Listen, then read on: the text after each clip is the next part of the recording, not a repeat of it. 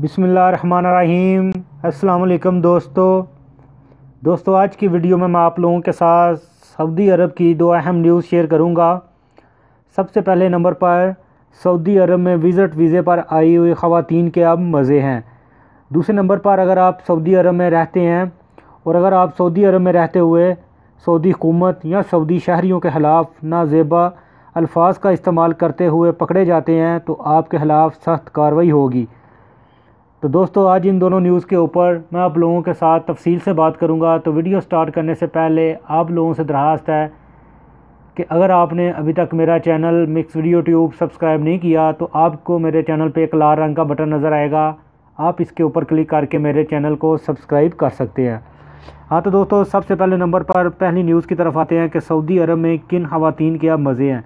तो दोस्तों इधर सऊदी हुकूमत ने वाज़ह तौर पर ऐलान किया है कि शवाल के महीने में सऊदी ख़वातीन को जो ड्राइविंग की इजाज़त दी गई है, उसी हवाले से उन्होंने मज़ीद तफसील में ये बताया है कि जो ख़वातीन भी सऊदी अरब में विज़िट वीज़े पर आई हुई हैं, अगर उनके पास उनके मुल्क का ड्राइविंग लाइसेंस मौजूद है या अगर उनके पास इंटरनेशनल ड्राइविंग लाइसेंस जो है वो मौजूद है तो वो सऊदी अरब में ड्राइविंग कर सकती हैं।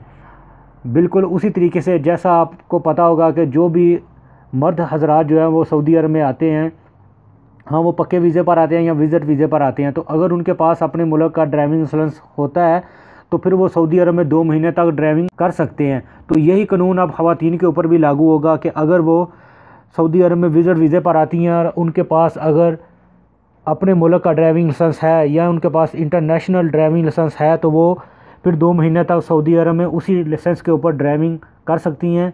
लेकिन उसके लिए उनको ज़रूरी होगा कि वो परमानेंट सऊदी लाइसेंस भी हासिल ज़रूर करें इन 2 महीने के अंदर। यानी इसके बाद फिर अगर उन्होंने मज़ीद ड्राइविंग करनी है सऊदी अरब में तो वो उनके लिए ये ज़रूरी होगा कि वो सऊदी ड्राइविंग लाइसेंस लाजमी हासिल करें।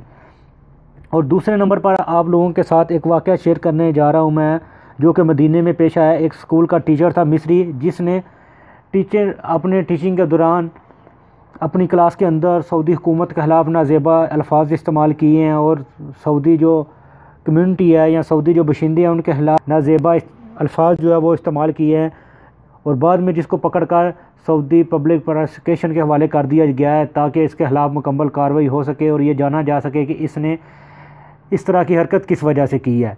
तो इसके मतलब वाज़ह तौर पर सऊदी हुकूमत भी बार बार ये बता चुकी है कि अगर कोई भी आदमी सऊदी अरब में रहता हुआ सऊदी हुकूमत के ख़िलाफ़ कोई भी नाजेबा अल्फाज इस्तेमाल करता है तो उसके ख़िलाफ़ सख्त कार्रवाई होगी। तो दोस्तों इधर वीडियो बनाने का यही मकसद था कि आप लोगों को पता चल सके कि अगर कोई भी खातून विज़िट वीज़े पर सऊदी अरब में आती है और उसके बाद अपने मुल्क का लाइसेंस होता है तो वो सऊदी अरब में ड्राइविंग कर सकती है। तो दोस्तों ये थी आज की वीडियो, उम्मीद है आप लोगों को पसंद आई होगी। वीडियो को लाइक और अपने दोस्तों के साथ शेयर ज़रूर करें ताकि इन्फॉर्मेशन ज़्यादा लोगों तक पहुँच सके।